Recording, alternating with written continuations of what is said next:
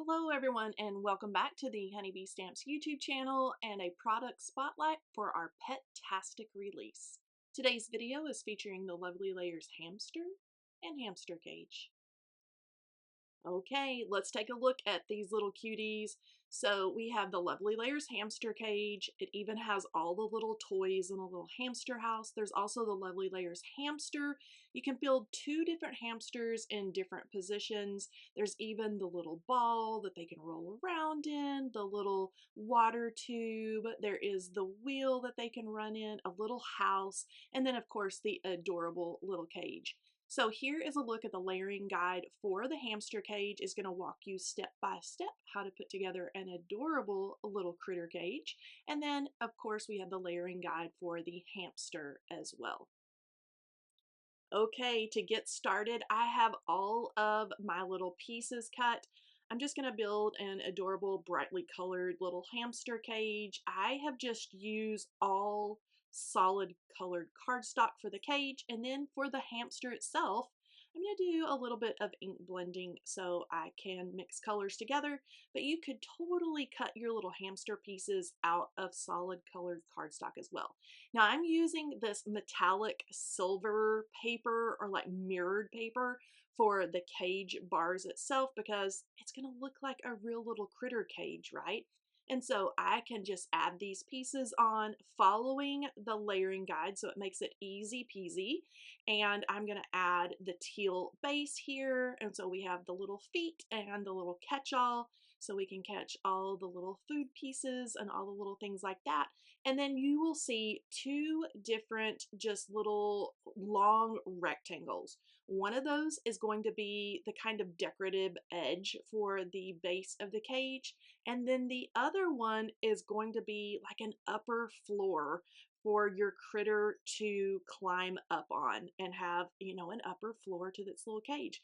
Now you'll notice that I am counting down the bars. That's just so I know where to put the adhesive. I can add my little floor piece and to make sure that I get it, the same rungs back and forth on either side. I'm going to hold that up and make sure that it is nicely stuck down.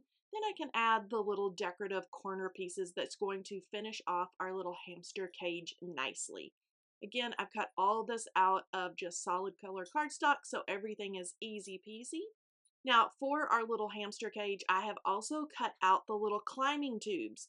If you're going to do a A2 or 4¼ by 5½ inch card, you want to keep all of your little climbing tubes on the inside of that cage. But if you're going to do a nice big 5×7 card, you could really do those little fun twirly tubes any way you wanted to. You could have them coming out the top so your hamster could kind of explore out the top of the cage. You could really have a lot of fun with this.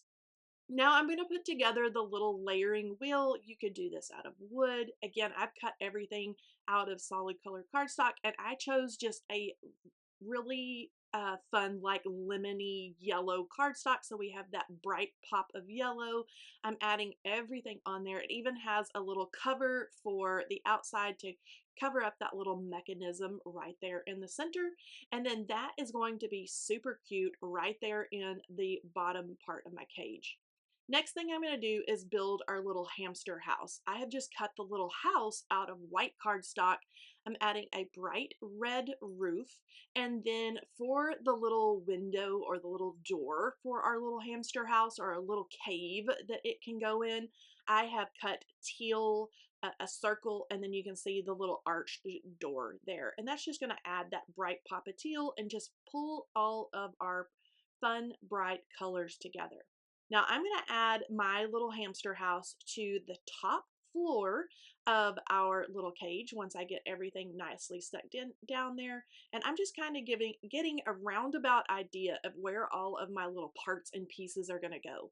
Now, I have cut the little climbing tubes, the fun little see-through tubes, so you can see your little critter just kind of climb around. I've cut those out of vellum, so they're going to look like a real little critter tube that our little guy can just climb in and out of. Now, the connectors for the tubes are super cool because they look dimensional, like there's a little open hole for them to go in and out of. One you can add to the front, the other you can add to the back, and then it looks like the little opening is open for your little hamster to crawl in and out of. So I'm going to get the second one put together, and I'm going to have my little tubes, the straight one going down towards the bottom of the cage, and then that curve going up to our upper floor, and that way our little critter can climb up and get to his little house. Okay, so I am putting these together. You can slide them right inside one another or into those little connectors. And now you can see exactly what this is going to look like when I lay the cage over it. It's going to be so dang cute. Now, I have also cut the little water spout, the little water holder out of vellum as well, so it looks like glass. And just to zhuzh that up a tiny little bit, I am adding colored pencil to this. And that is so it looks like it's got water on the inside, and you're going to be able to see that when I add that to the hamster cage, and it's going to look like it's half filled with water. I did a turquoisey color to the top portion where I wanted to add the water. And then for that little silver or metallic spout, you know, that they drink out of, I've added some gray. And so that can go in your cage that way, or you can flip it over and have it on the other side of your cage, whichever way you choose. Now I'm going to start putting all of this together. You can see I have the house glued down to that upper floor. I've got our little wheel glued into the base of our cage, and I'm just kind of figuring out where I need to add the adhesive for our little climbing tube, our little see-through tube. And I added the adhesive to the back side of the cage, and then I can kind of stick it over the top and adjust that to get that right in the right spot where our little hamster can crawl out and go right up to his little house. Once that is all stuck down, the cage is really ready to go. I'm going to add a little more adhesive so the bottom part of that vellum tube gets stuck down. And now I am ready to ink blend our little layering hamster. Now I am using grays and browns. I'm going to do kind of a heavy layer of hickory smoke for our base layer. And then for the layers that are on the top, I am using gathered twigs. I'm going to do a lighter layer. You can see I did not dip into my ink.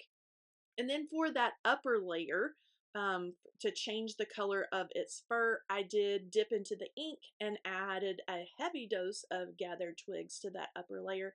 And now this is really pretty much ready to go. I don't want to forget the little ear. There is a little ear that you can layer on. There's even a little eye. Now, when I do any kind of critters, I love to use my gel pens for like the eyes and the noses and maybe little details. But this little guy is so easy. He's going to be easy peasy to put together. I'm going to add a little bit of liquid adhesive to the back side, and then I can get my little layering hamster all ready to go, and he looks like he's spotted with different colors of fur.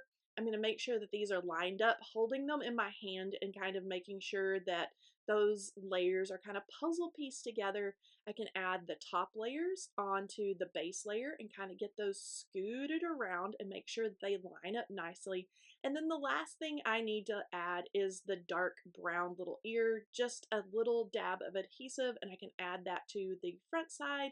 And now this little guy is ready for the gel pen eye and nose. I love these black glaze gel pens because they dry just a little bit raised, but also they're shiny. So they're perfect for little eyeballs and little wet noses and things like that. Now again, I added the adhesive for my hamster on the back side of the cage, and I'm just going to scooch him in like he is having a grand old time up there crawling around. Is so stinking cute. And now my little cage is ready to add to the front of a card. Now this cute pattern paper is from our freebie paper pack for this release. There is a Pet-tastic freebie paper pack that is free with orders of $100 or more, so make sure you check that out. I'm adding that right to the front of that cute plaid paper. This goes on a white card base. Now all I need to do is add the sentiment. I'm going to add this thank you for pet sitting. This sentiment is going to get so much use in my house because those of you who know me know that I have a whole zoo. You've probably heard my puppy dogs during this video because, of course, they come in here and go to work with me. That's what we call it. I say, let's go to work. And all the puppies know to come in and lay with mom while I work. But I am going to stamp that in just some black ink. And this is just a very pale gray cardstock that I'm stamping this on. I had a scrap piece of cardstock. I can stamp that, cut it out with the coordinating die, and add that anywhere I want to on the front of my cute little hamster cage card. Now, to add just a little tiny bit of dimension to this sentiment, I did use a narrow foam strip that has adhesive on both sides. I'm going to pop that right down there in the center, and this cutie little card is all ready to go. This is so much fun to put together, and you can see all the little parts and pieces, and of course our sweet little hamster there just tootling around his little hamster cage. So I hope you have enjoyed this product spotlight for our Pet-tastic release. Make sure you check out the description box below for all the details. I'll talk to you next time. Bye-bye.